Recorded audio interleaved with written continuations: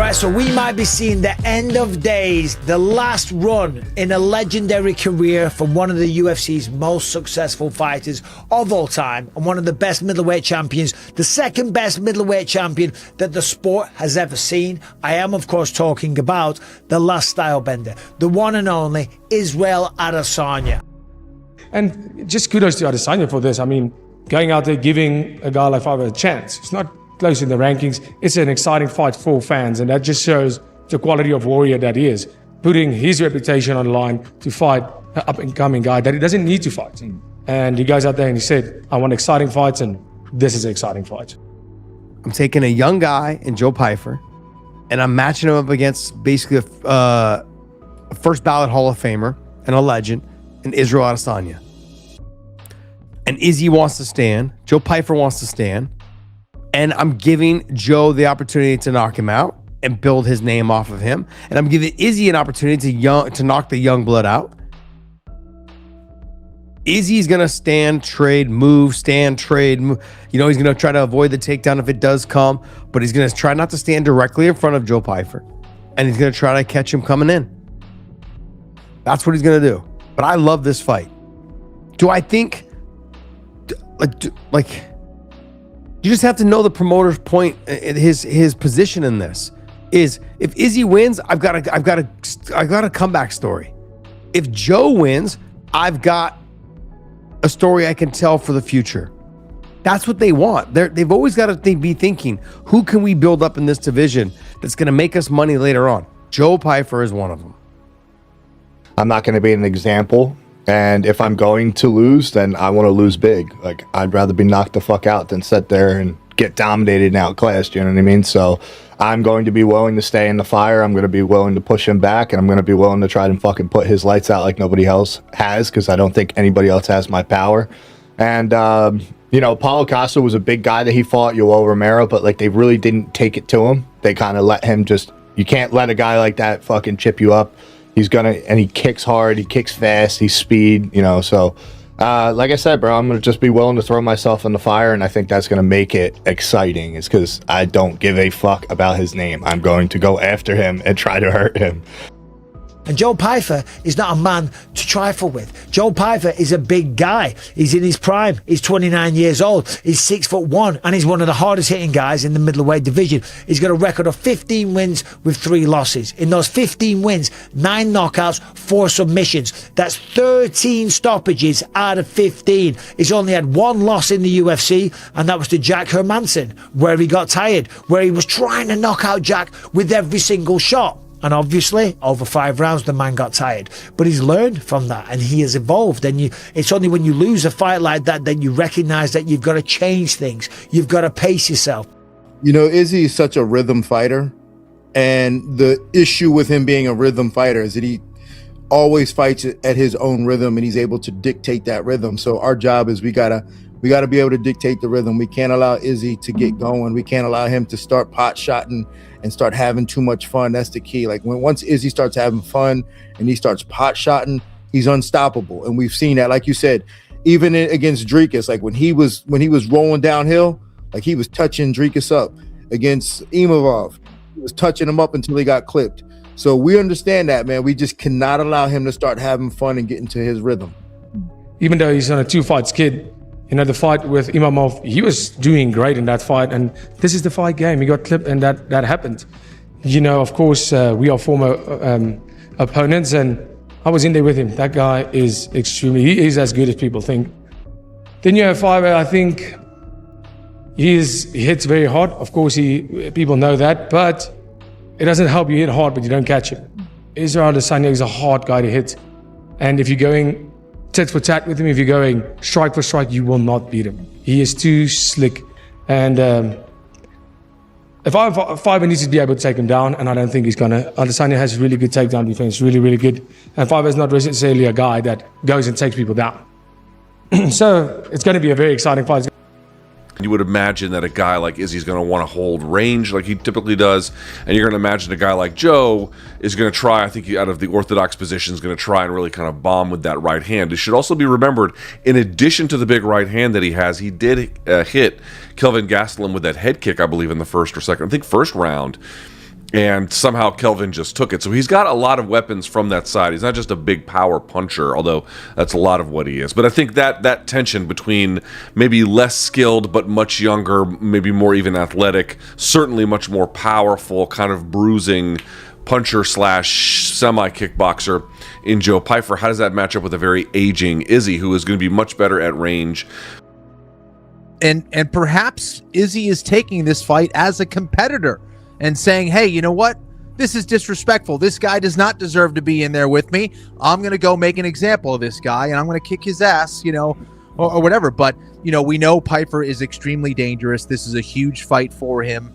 I think we have two very good and dangerous strikers going at it, and I'm curious to see if Adesanya brings anything new to the table in regards to his approach, to his training, any new techniques.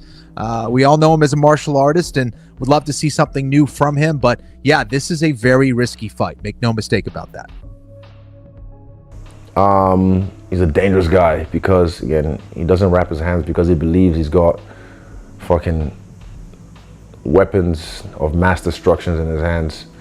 And he might, but yeah. I find a way, bro. I always find a way. And I don't know. I feel really good. Like, it's different now. Certain things I can't share because I keep shit, on low. But like, it's like, I just feel unstoppable.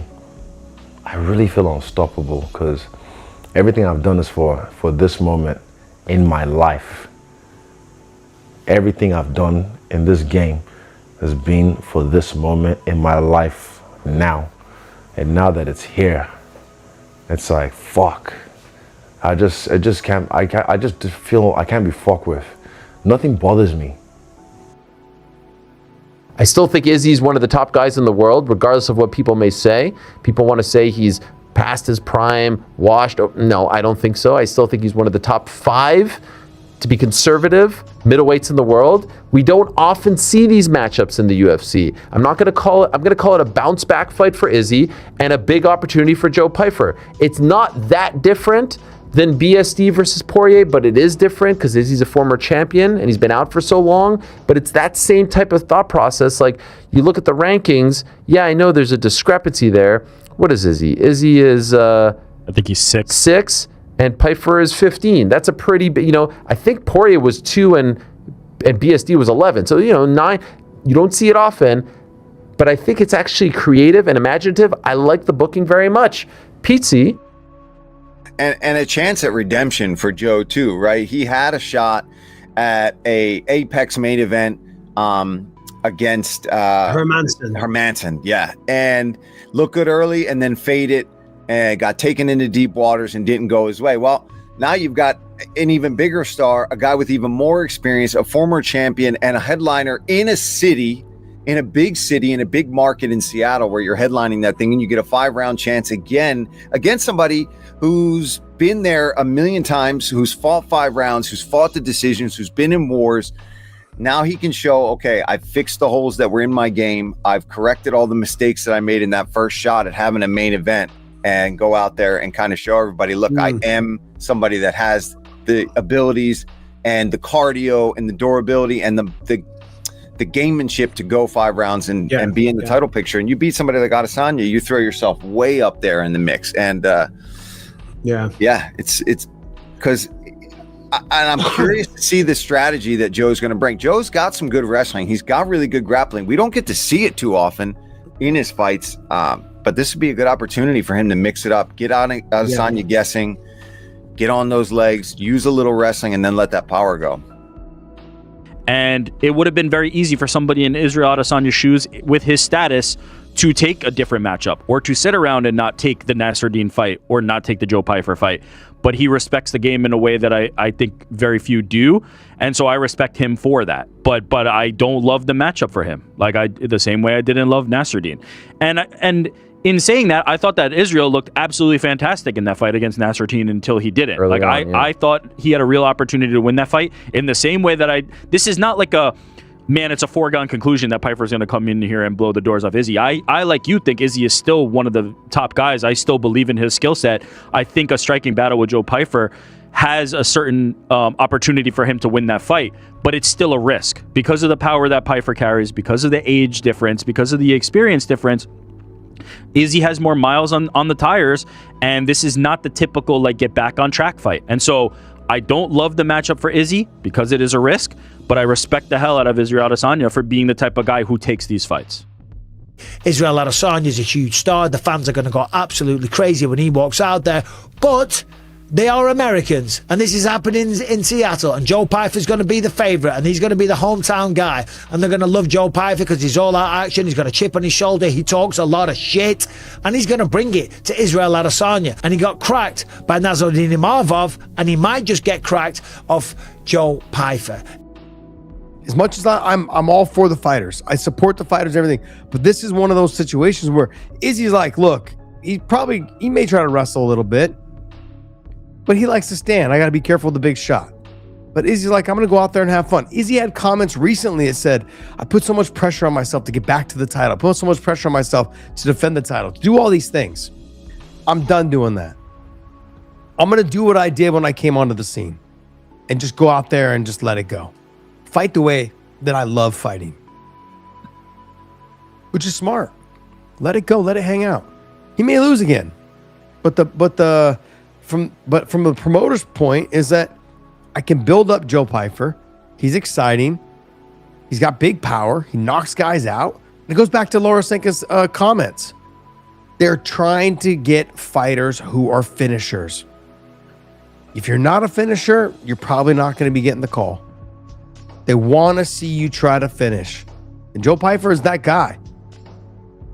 Well, yeah, I mean, I definitely have power in both hands. I definitely have speed. I'm definitely a fast guy for a big guy. And like I said, I think I'm a little bit more complete than he is as far as a whole. Mm-hmm. My jiu-jitsu, I think, is better. I think my wrestling is better. I think my clinch work's going to be better. It's just, can I chain link everything together smoothly? Versus he's been able to do that, and he's been able to stop some decent wrestlers, blah, blah, blah. So I really, it's funny that I opened up as like the slight favorite. I think that's kind of weird, but I was hoping to be the underdog. Yeah, I mean, I think people notice the potential that I do have.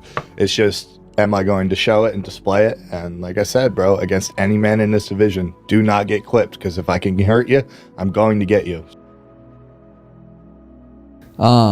Joe Pyfer, he's coming off 3 wins, beat Kelvin Gastelum, lost to Jack Hermanson. He's coming off three wins. He's hungry. How old is Joe? 6'2". These are big fuckers. How old is this motherfucker? 29, entering his prime. Got some serious fucking power in his hands. So that's going to be a sweet kickboxing fight. That is going to be a badass fight.